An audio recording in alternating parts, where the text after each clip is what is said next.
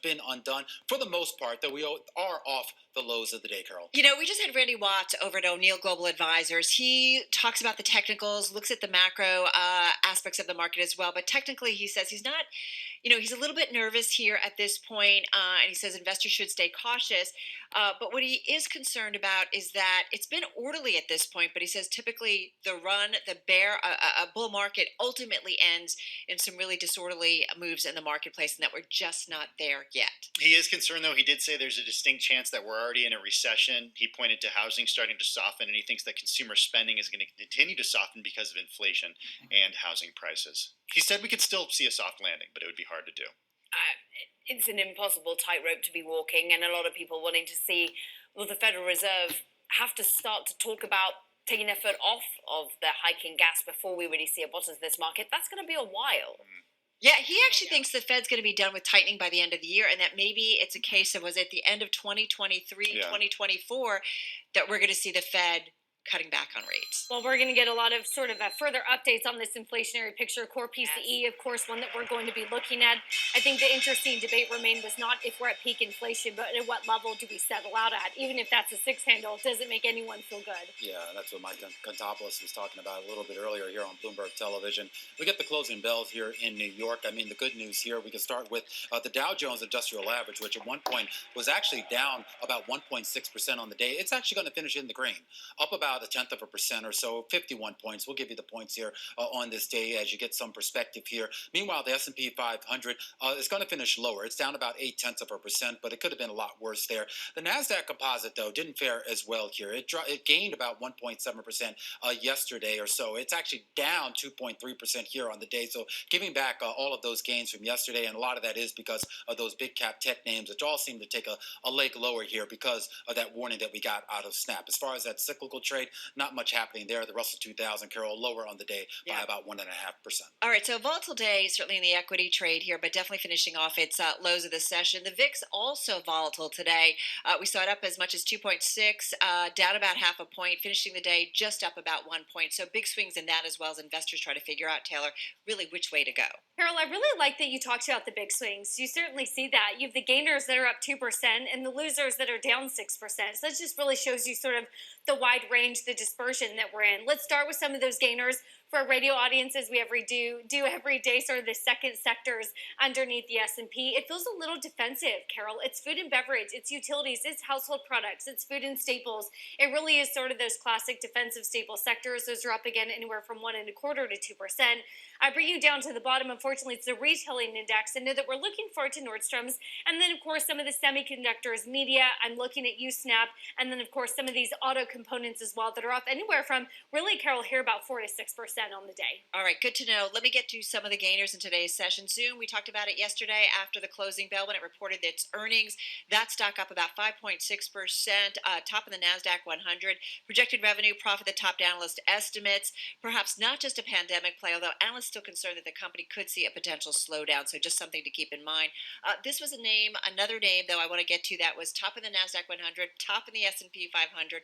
We're talking about O'Reilly Automotive. That stock was up about 5%. The company CFO, Jeremy Fletcher, bought over 500,000 shares. So we've been seeing some insider buying in some of the names, and that included O'Reilly. And then I want to get to Frontline Limited. That stock was also up in today's session, up about 6.6%. Small market cap, about $1 billion. It's up about 32% so far. It's a marine shipping company, owns large crude carriers. And this company out today reporting first quarter net income that beat estimates. So investors moving into that name, Tim. Well, we got to talk about Snap, the company closing 43% lower. That's right, 43%. This is its biggest one-day drop on record. Look at that, closing at $12.79. Not just a 52-week low, but also its lowest since April of 2020 and below its IPO price. It comes after the company cut its revenue and profit forecasts beneath the low end of its previous guidance. We've talked about this throughout the day, the company blaming macroeconomic issues, labor disruptions, the supply chain, and of course those changes that Apple made to its operating system. We also saw shares of other social media companies take a hit, shares of Pinterest having a terrible day too, and then Facebook, Meta Platforms is the parent company there, falling 7.6% as a result of those Snap earnings. Abercrombie & Fitch is another one that I wanted to hit. Shares falling 28.7% on the day. This is actually its worst day ever, lowest since November 16th of 2020. This is after the company reported a loss for its latest quarter and lowered its annual outlook. Freight, raw material What's costs changed there, weighing on Tim? margins. I mean, back when you used to work there, when you were in college, you were like one of the guys who stood Oh, boy. outside with your shirt off, boy. spraying people with cologne. What's changed there, though? I mean, is this all just about inventory? Or is this more about style trends? I think it's about it's about a few things. I mean, a lot of it has to do with just rising costs that the company didn't foresee. The same issues that Target and Walmart talked about, and did have supply chain disruptions as a result of factory shutdowns, and then higher freight costs. And it's a question that I have too, Romaine, is why didn't investors see this coming, and why is this all catching companies off guard? Because we know that energy costs have gone up, we know that supply chain snarls have been there, but it seems like day after day over the last week or so, as we've heard from these retailers, we're still seeing lots of surprises. And I suppose it's interesting as to how much they're not deciding to pass it on to the consumer. I suppose in that respect, and perhaps you'd expect that from a Target and from a Walmart, but would you expect it from the higher end shirt makers? I don't know. I mean, I'm looking at sort of the picture you paint, whether it be advertising spend pulling back, whether it's the worry about a consumer, whether it's worried about housing.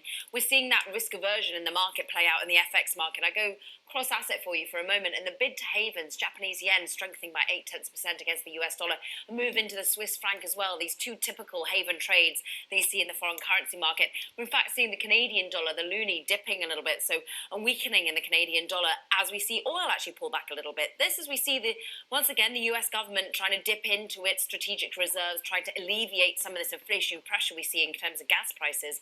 Elsewhere, we see natural gas still pushing higher.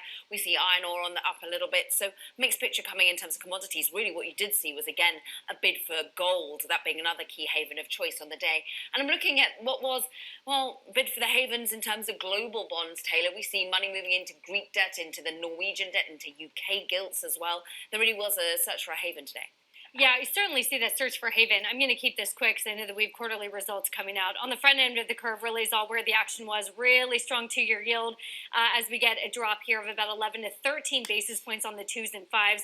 You guys, we have to go to Nordstrom's. Take a look at this. The board is authorizing a new $500 million buyback program.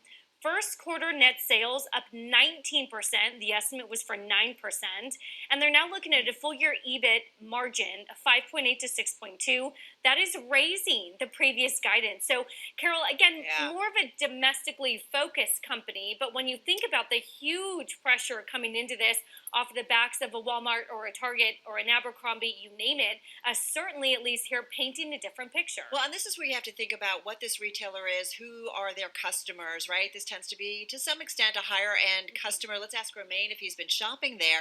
But it's interesting. I also think when you have a buyback, investors, note that in particular. But that sales number, that first quarter net sales up almost 19% versus an estimate of up 9.3%. Man, that is just blockbuster, Romaine. Yeah, this looks like a pretty good report. I'm just kind of digging through the release and looking at some of the inventory numbers. Their ending inventory did rise about 24% in the quarter from the same period in fiscal 2021. So I don't know if that ends up being good or bad. It does talk a little bit about a pull forward here. But when you get a read on consumer spending, and I think it's interesting too, because when we heard from Macy's in the previous quarter, we're going to hear from Macy's later this week, it seemed like the department stores were holding up better than some of these sort of, I guess, single brand stores, if you will, like an Abercrombie and Fitch or whatnot here. I'm not exactly sure why, but there does seem to be a trend here. And, well, you see the shares there on your screen. And they say, look, they're committed to driving additional merchandise margin improvement, increasing supply chain productivity, and they want to be delivering incremental profitability. This is a company that's perhaps seen the supply chain snarls coming, been able to adapt to it. But as you say, interestingly, sort of barbelling the consumer as well, because you have Nordstrom, the higher end, the more luxury spend.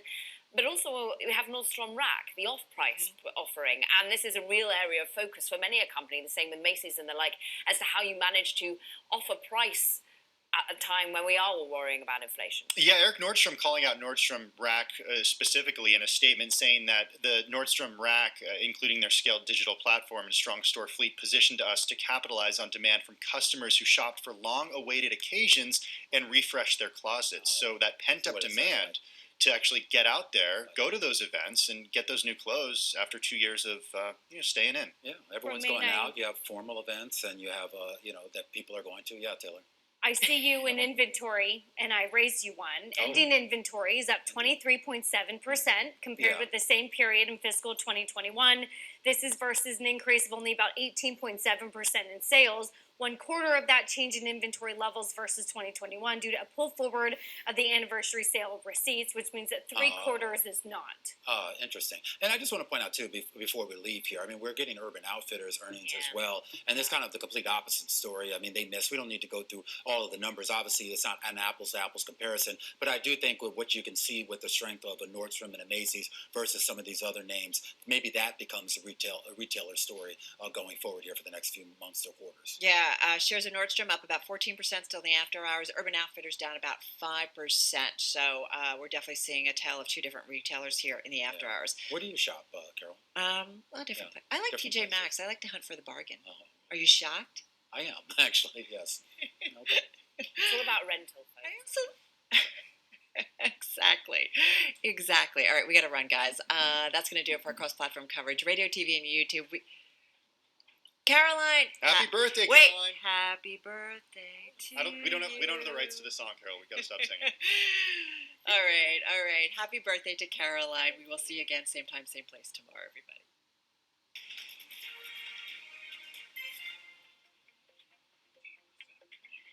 The suspect in the fatal Sunday morning shooting of a New York City subway rider has surrendered to